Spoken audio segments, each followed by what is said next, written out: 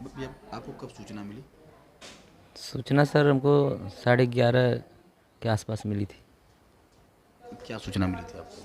सूचना मिली कि आप श्रेया के फादर हैं। मैंने बोला जी।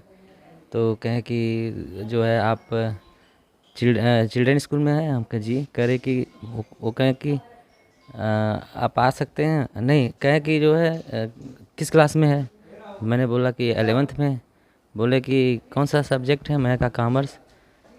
तो इतना पूछ के फिर वो काटने जा रहे थे फ़ोन। फिर मैंने बोला कि इतनी क्यों इंक्वायरी कर रहे हैं। तो बोले कि जो है स्कूल की तरफ से सॉफ्टवेयर है आया है, उसको लोड करना है। तो मैं कहा फिर वो काट दिए फ़ोन इतना बोल के। आपको फ़ोन करके बस यही बात बताए? क्या उस समय कोई घटना नहीं हुई? सर उस समय घटना अभी हुई थी कि नहीं हुई थी ये हमें नहीं पता। ये आपको नहीं पता? घटना के बारे में आपको जानकारी कब मिली? घटना के बारे में या लड़ाई झगड़ा हुआ था तो मेरे हस्बैंड और मैं गुस्सा हो गई। हम कहे नहीं, आप लोग कहानी मत बताइए हम लोगों को, पहले मेरी बेटी बताइए। पहले मेरी बेटी बताइए कहाँ है। तो वो उनका सीधा एकदम मतलब रूडली ये था, आपकी बेटी नहीं है, वो मर गई। भाई कैसे मर गई?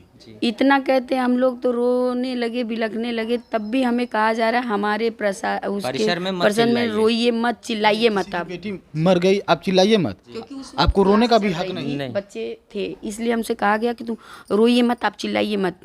ये प्रिंसिपल बोल रहे हैं। प्रिंसिपल बोली है। बताइए, एक माँ है, उसकी बेटी चली गई, वो रोए तक भी ना। फिर उसके बाद मैंने इन्हें देखा कि पुलिस प्रशासन तो आई नहीं। मैंने इनसे कहा बताइए यहाँ पुलिस नहीं है उपस्थित, मेरी बेटी की बॉडी गिरी और उठा के लोग एम्बुलेंस में रख दे। कहाँ गिरी थी, कहाँ ले गए, क्या हुआ, कुछ पता नहीं, कुछ नहीं पता। नहीं।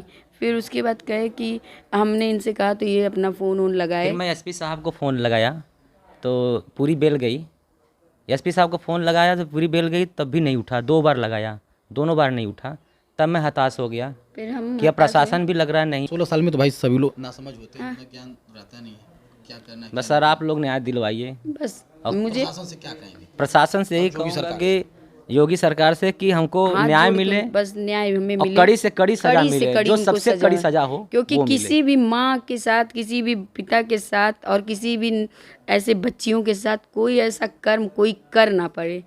करने से पहले एक बार सोचे कि अगर मैं ऐसा करूँगा तो हो सकता है कि श्रेया की मम्मी पापा की तरह वो भी खड़े हो सकते हैं। और ऐसे विद्यालय को चलने का कोई हक नहीं है। हाँ, जहाँ पे उसको सील बच्चे करें, मारे जाएं जाएं।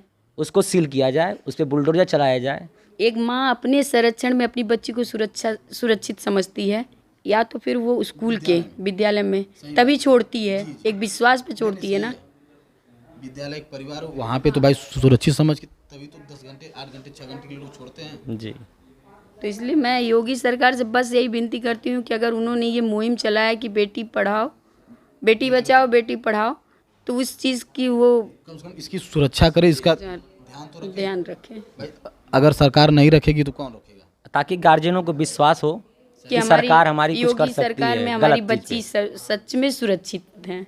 अब समझिए इस मामले से तो सभी लोग इतने डर गए हैं कि अब स्कूल में भेजने से लोग पे। बहुत से गार्जियन हमारे यहाँ भी आ रहे हैं सिर्फ मिलने। स्कूल में नहीं, जिनके पास बच्चियां हैं वो अब डर गए हैं कि हम अपनी बच्ची को इतना बड़ा करें, कहीं कोई ऐसे स्कूल हैवान खुला स्कूल में है मार लेकिन न दे। बच्चियाँ नहीं जा रही हैं। सही है। हैं? भाई सभी परिवार के लोग इतने डर गए कि अपनी बच्ची को भेजने के लिए परेशान है। क्योंकि अगर हम अपनी छोटी सी बच्ची को एक बड़ी सी बच्ची बनाते हैं 16 17, तो बहुत मेहनत लगती है, बहुत सहनशीलता लगती है, उनको बहुत संभालना पड़ता है। क्योंकि लड़कों की अपेक्षा एक लड़की को बहुत बचाना पड़ता है। और उसको हर जगह हाँ, बचाना है, क्योंकि हर जगह बचाना है। अपने परिवार में भी है, समाज में भी एक फूल की तरह उसको सजोया जाता है। लेकिन जब उस फूल को कोई इस तरीके से नोच के और बिखेर देता है तो उस माँ का बहुत कष्ट होता है। सही है।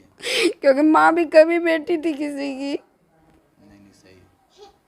लेकिन उसको इस तरीके से टॉर्चर नहीं करना चाहिए था। जो भी थी मेरी बेटी थी। समस्या थी, माता पिता से बताना चाहिए और स्कूल वालों को ये समझना चाहिए कि अगर उनकी बच्ची कोई भी गलती कर रही है तो तुरंत उनके गार्जियन को सूचित करें। आप एक्शन नहीं ले सकते हैं, जो भी एक्शन लेना वो गार्जियन अपना लें। वो कौन होते हैं, वो कौन होते हैं कि मेरी बेटी को टॉर्चर कर सकते हैं?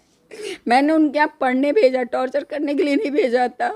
मेरी बेटी का सपना था कि मैं IPS बनूंगी मम्मा। वो सपने को पढ़ने में तो बहुत ही तेज थी, 95% मार्क था। नहीं सर, ये नहीं है। ये तो हमको पता चला नहीं सर, मीडिया। नहीं, हमारी बेटी अच्छी थी पढ़ने में, लेकिन थोड़ा लेकिन कुछ कुछ प्रॉब्लम के चलते वो उसकी पढ़ाई नहीं हो पा रही थी। हमारे यहाँ कई डेथें हो गई थी, हमारे पिताजी मृत्यु हो बीमार गई उस थी, दौरान चल बीमार हो गए थे, तो वो हाई स्कूल में बहुत अच्छी पढ़ाई नहीं कर पाई थी।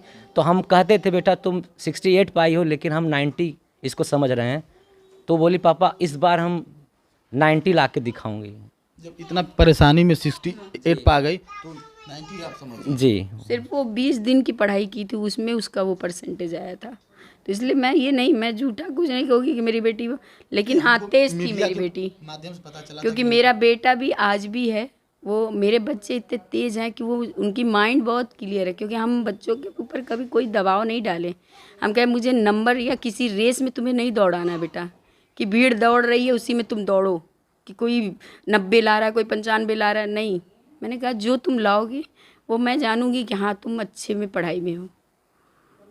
मुझे रेस में नहीं दौड़ाना था, लेकिन इस तरीके से ये सोचे भी नहीं थे कि उसको मुझे अपने आप को कोसती हूँ कि मैं क्यों 4 महीने एक पहले आपके ऊपर उसको- इतना बड़ा विपत आ गई। नहीं, क्यों मैंने उस स्कूल में नाम ही लिखाया। सही है।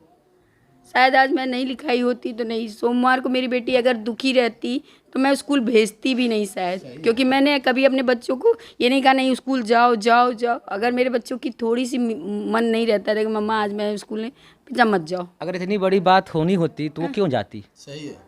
उसको पता ही नहीं था कि हमारे साथ ऐसा होगा। इतना बड़ा घटना होने वाला, वो खुद ही घर पे रुक जाती। जी चलिए बहुत बहुत धन्यवाद।